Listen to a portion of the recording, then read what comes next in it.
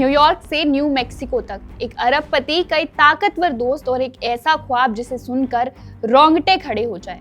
क्या Jeffrey Epstein super human नस्ल बनाना चाहता था? क्या उसके दिमाग में एक साथ 20 महिलाओं को गर्भवती करने की खौफनाक योजना थी? जांच पत्रकारिता की रिपोर्ट्स में दावा किया गया है कि एप्स्टीन ट्रांसह्यूमनिज्म, जेनेटिक इंजीनियरिंग, कार्योनिक्स और यूजेनिक्स जैसे विवादित विचारों में दिलचस्पी रखता था।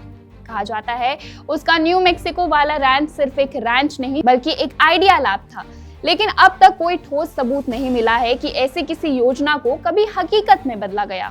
तो फिर सवाल उठता है, अगर ये सब अफवाहें हैं तो स्टीफन हॉकिंग, स्टीफन पिंकर और मैरी गिलमैन जैसे बड़े बड़े वैज्ञानिकों के नाम एप्स्टीन फाइल से क्यों जुड़े हैं?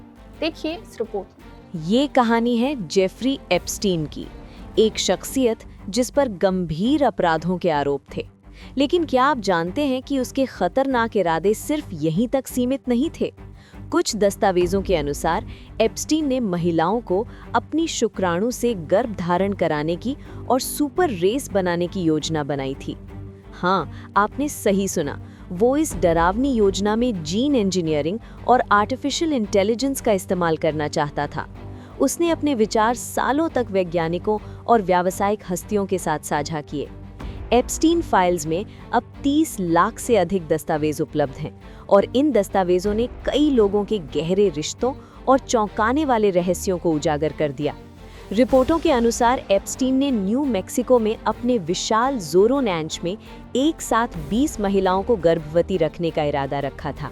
उसका सपना था मानव जीन को बेहतर बनाना, लेकिन आलोचक इसे आधुनिक युग का यूजेनिक्स कहते हैं, वही विचारधारा जिसे इतिहास में अत्याचार के लिए इस्तेमाल किया गया।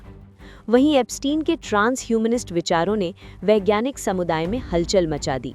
वो अपनी संपत्ति का इस्तेमाल करके वैज्ञानिकों को आकर्षित करता रहा। डिनर पार्टीज, महंगे वाइन और अनौपचारिक चर्चाएं। नोबेल प्राइज विनिंग साइंटिस्ट्स, फिजिसिस्ट्स, जेनेटिसिस्ट्स सभी के नाम इस फाइल में दर्ज हैं।